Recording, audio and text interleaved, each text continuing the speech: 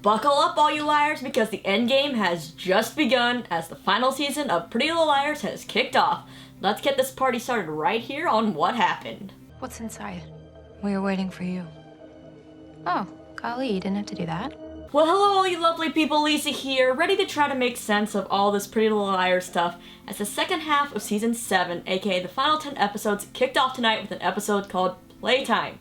Now, I just spent the whole past weekend refreshing myself on the last 10 episodes of the show, and I'm still kind of confused, but I'm gonna try to get through this. So, what do we learn in this episode? Spencer learns the truth about her bloodline, bitchy Allison is back, and a ton more, so let's just get started. This episode pretty much picks up right where we left off at the end of 7A. Spencer's been shot, and now she's being rushed to the hospital in the back of the ambulance. Now, we saw this first minute of footage at Paley Fest, and then it was released on ET Online, so if you're a big PLL fan, you've probably already seen this.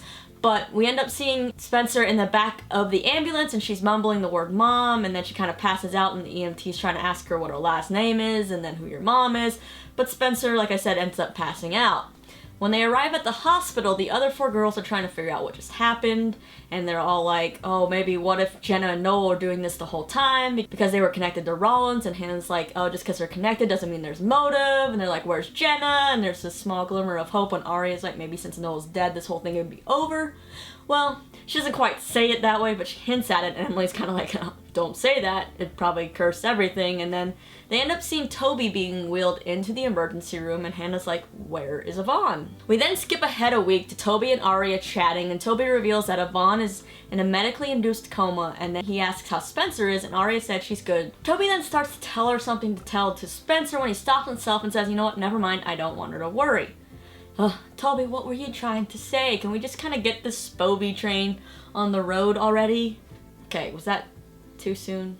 I'm sorry, Yvonne. I really do want you to get better. We then get a quick glimpse of Spencer snooping around the Lost Woods Resort, but looks like she's looking for Mary Drake, but she's nowhere around since we see a huge pile of mail on the ground. Now, back at Ezra's apartment, Arya has packed up her bag and is getting ready to leave when, of course, perfect timing, who opens the door? Ezra. Now, he asks, where you going? And she says she didn't know when he'd be back or if she should stay. And Ezra then just kind of picks up her bag and takes it back upstairs. And, well, Arya, I guess you're staying put for now. Moving on to Caleb, who obviously got back together in the last few episodes.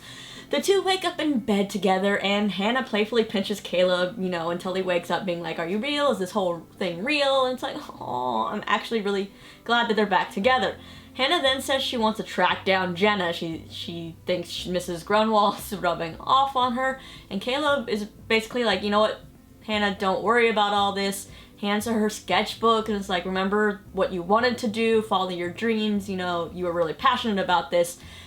Follow that, don't worry about Jenna, I will find her, or I'll take care of finding her. Honestly, just like, Caleb have any flaws? When we left off last season, Paige was back in town, and Paige and Emily were both interviewing for the swim coach job at Rosewood High. Well, it looks like Emily got the job, but don't worry, Paige is also sticking around because she's been hired as a new athletic department supervisor, and some people, and by some people I just mean Allison, are not too happy about it. We see Emily and Paige being kind of welcomed into the Rosewood teacher family, and then a lot of them leave, and we're left with Emily in the teacher's lounge when Allison walks in, and Emily's like, why haven't you texted me back? And Allison's just being cold and like, I didn't have time.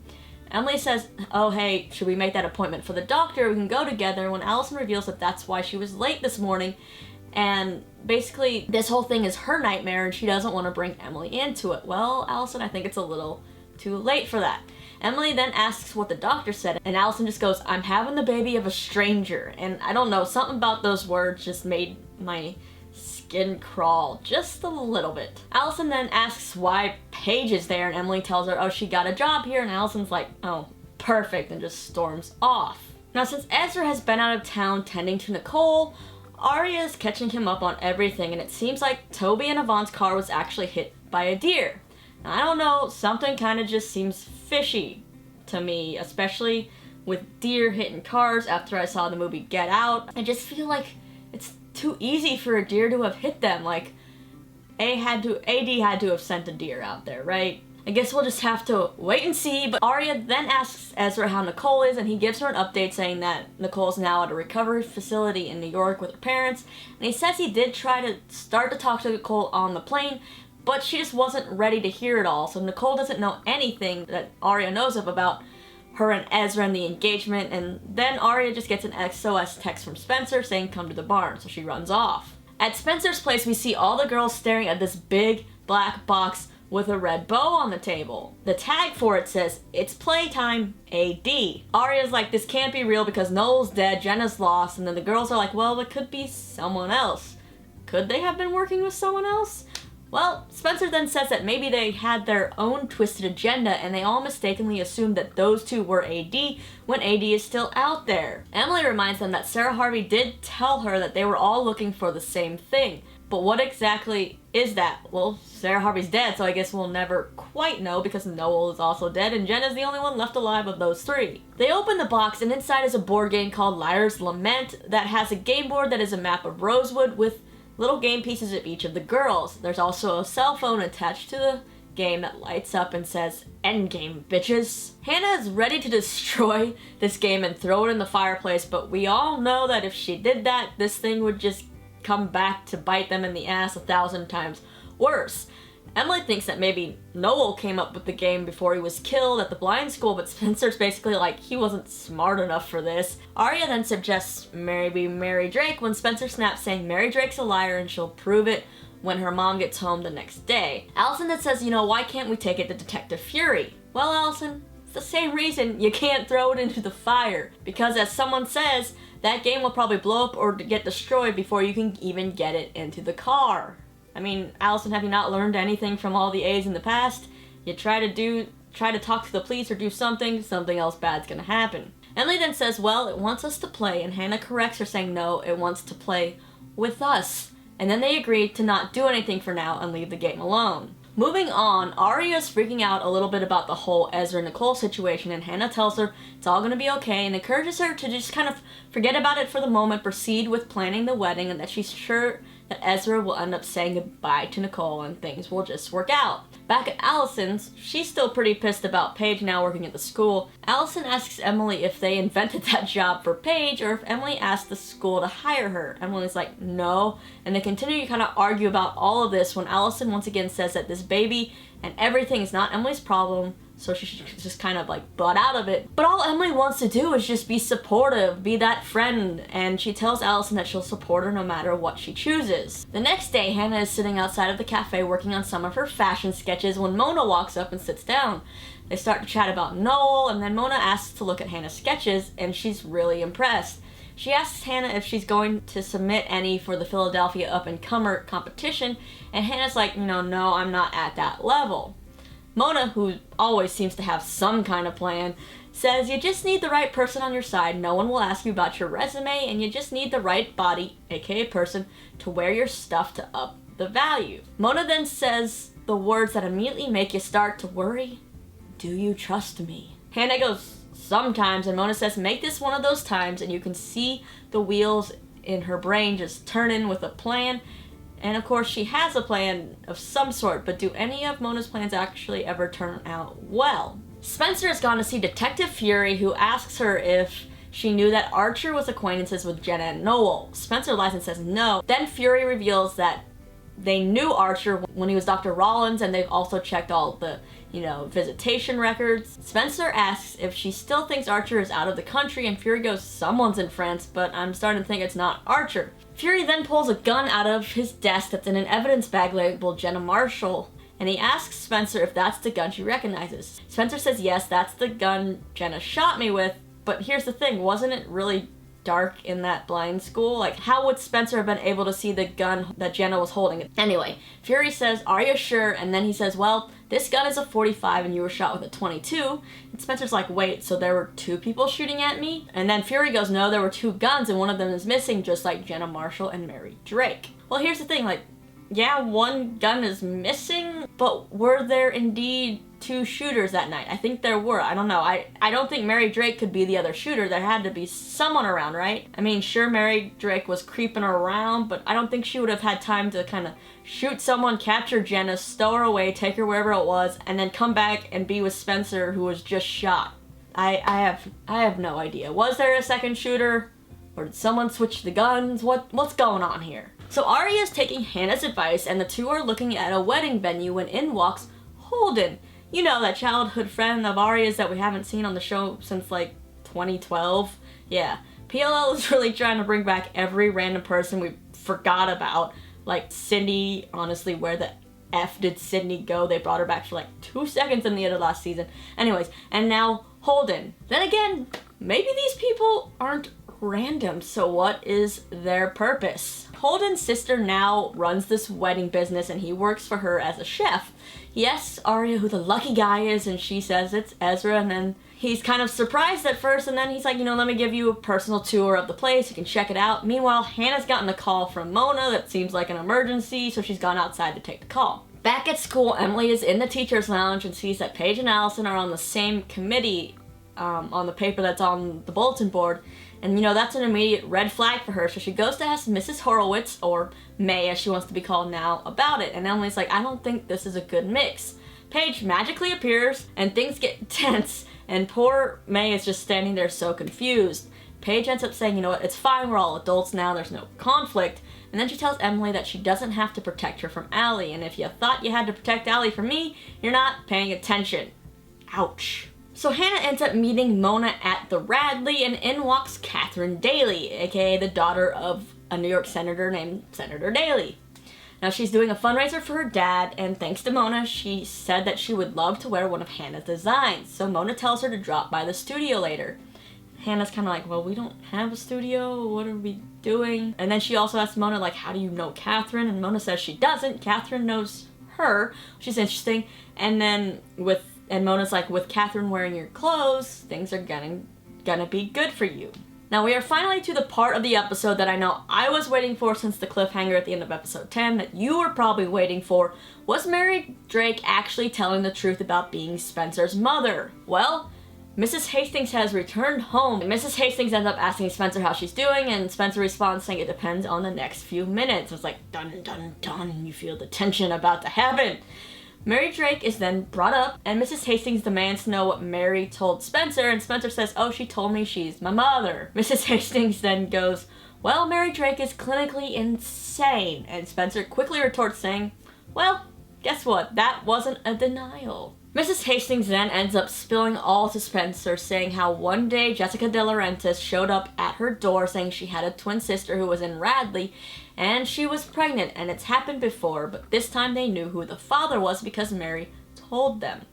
Apparently, Mr. Hastings was in a restaurant when Jessica walked in, or rather Mary, who he thought was Jessica. Now, Spencer is now kind of just mad, more so for the fact that Mr. Hastings did this again to Mrs. Hastings. Spencer ends up telling Mrs. Hastings that she's not her mother, and that she doesn't know anything anymore because everything she has ever known just came from a bag of lies. Since Hannah ended up running off to meet Mona, Holden is now walking Arya home after they've toured the whole wedding venue, and he tells her that he was actually thinking of her the other day and was going to call her when she ended up popping up on his TV, obviously from all the dramatic things that had just happened. On their walk, they end up running into Ezra, who's in a hurry and kind of very distracted, and he tells Arya he has to go to New York because Nicole's parents called and want him up there, so he ends up leaving, and Holden just goes, who's Nicole? Oh, well, Holden, if you really want to be caught up on everything, you're going to be sitting talking to Arya for quite a few days or years. We then go to Hannah's studio, or in other words, the place where she's living,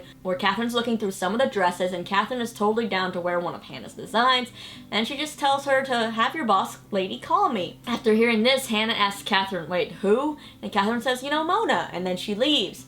Now this ends up garnering a puzzled look from both Hannah and Caleb, and Caleb has never really trusted Mona, and now this is just pushing up his distrust, and he says, I think Mona might be trying to push you off the label. At the committee meeting at the school later, as expected, things get heated between Paige and Allison, and poor Emily is once again caught in the middle, and May is just sitting there like, oh god, what is happening? Both Paige and Allison end up pushing Emily far enough that she just yells at them to stop, and May is like, maybe we should have a 5-minute break, and it's like, high school never ends, huh? Why still all this tension between these two? Next up, we know that the girls have decided to kind of leave the board game alone in Spencer's living room, but now Spencer's at home by herself when she gets a text from AD that says, "Would you like to get closer to your mother? Play the game." Well, Spencer, of course, wants to know more about her mom, so she takes a chug of liquid courage, aka wine, and goes over to the game. She takes the iPhone off of the game and everything starts to light up and buzz, and she places the phone on the home square when it brings up the options of truth or dare. Spencer goes to press truth, but then she changes her mind and goes and clicks dare.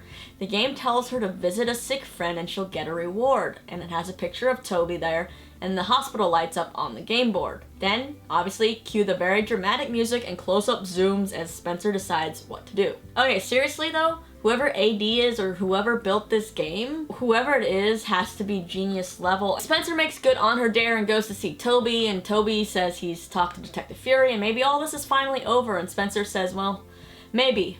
Wishful thinking, Toby. He then says that Yvonne isn't doing well and he's upset with himself. He kind of blames himself because he was the one who was forcing her to kind of leave Rosewood with him. He then tells Spencer, maybe this town has to disappear before any of us can leave.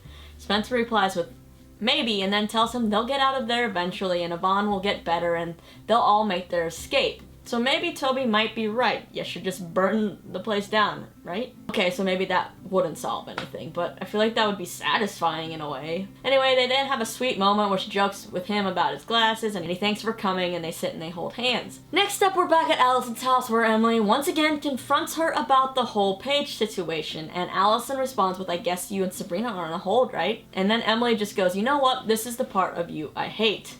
Ouch. She tells Allison when someone gets close, it makes you itch, so you swat people away like they're bugs. Allie's even more worked up now and tells Emily to go away, but Emily isn't backing down and she says, why do we keep having to show you that we love you? Allie then finally reveals what's kind of been building up with her, and she just says, I keep getting mail and packages for Elliot, and that's what he's left her with, sportswear catalogs and a baby, and basically she says her life's just a steaming hot mess. And she's honestly jealous of the fact that Emily and Paige were once a couple and together, and even though they're not together anymore, they still have real memories where everything Allison had with Elliot, it was all lies and she has no real memories. Emily then asks Allison if when she kissed her the other night, if it was because she wanted to or because she didn't want Emily to leave. And Allison says, I don't know. Emily then replies with, please don't kiss me again until you know.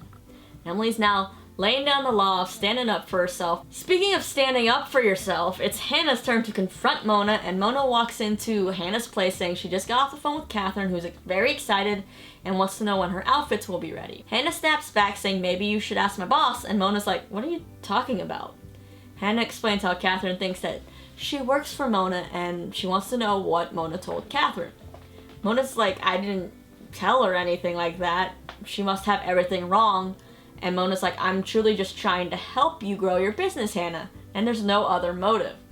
Well, Hannah obviously has some kind of reasons to be skeptical of everything Mona does, so Hannah tells her to call Catherine to straighten everything up, and she also demands some of her own business cards that basically say like boss lady all over it, and Spencer has now returned home from the hospital, and for some reason she decides to take her sling off her arm, and she goes straight for her wine glass as the board once again lights up.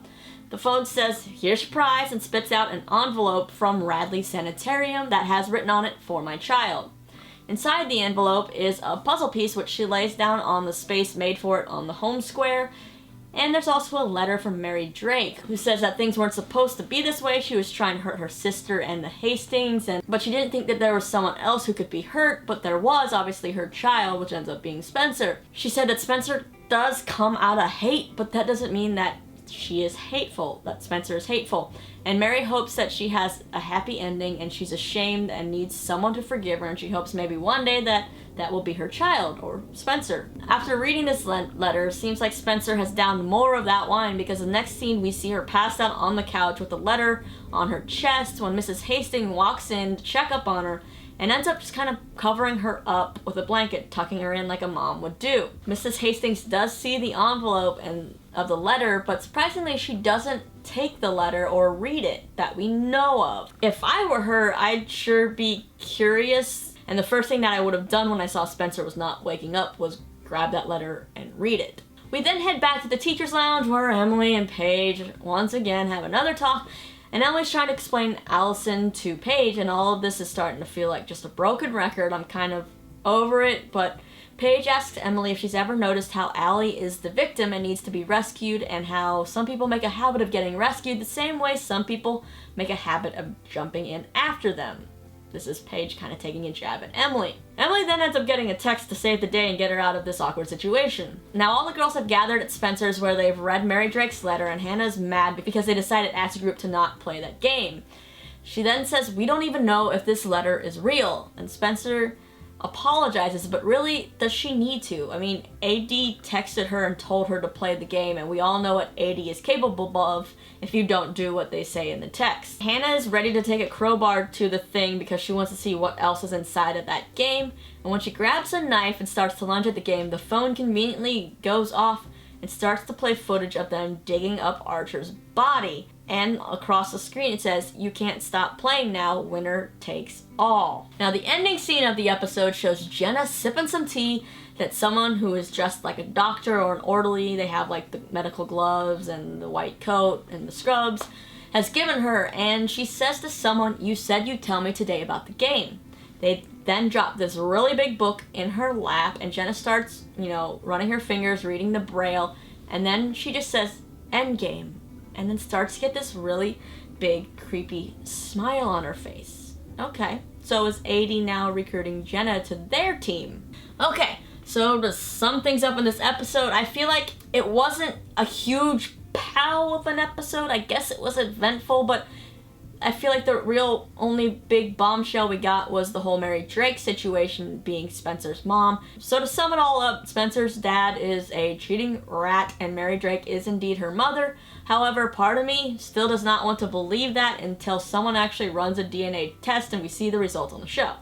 As long as AD doesn't fuck up those results. Now Hannah's fashion career is starting to take off with the help of Mona, but are Mona's intentions actually good? Emily, Paige, and Allison are at war, and Arya is worried about her and Ezra and how Nicole is going to play into everything as they plan their wedding. So I don't think this episode really gave, at least me, any new clues as to who AD is. I just want to know kind of also where the hell Mary Drake ran off to. Well, let's actually take a look at what's in store for the next episode. She's a vindictive blind girl. She's a bully. Sociopath. Hello, Spencer. I need to tell somebody the truth. Noel wanted to kill me too. God, you're You so don't need full to. of... It's all part of the game. What game are we talking about? Think twice about why you came back to town, Jenny. You have to lock her up right now. I suggest you back off. Okay, so seems like whoever has held Jenna captive has released her. She's back, and it looks like she's putting on some kind of act saying Noel also wanted to kill her. Hannah possibly tells Mona about this board game, and Hannah gets trapped again? Like, freaking poor Hannah keeps getting the short end of the stick in season 7. Alright, so I want to know what you think of this episode. Do you have any good theories about who AD is? I know secretly I kind of want it to be one of the 5 main girls when we get to the end of the show, but we'll just have to wait and see. Leave me all your comments and theories down below. What'd you think of the episode? Did it meet your standards? And if you want more of my blabbering, you can click over here for any of the videos right there for that. Don't forget to subscribe, and as always, if you have high five to you. I'm Lisa, and I'll see you soon.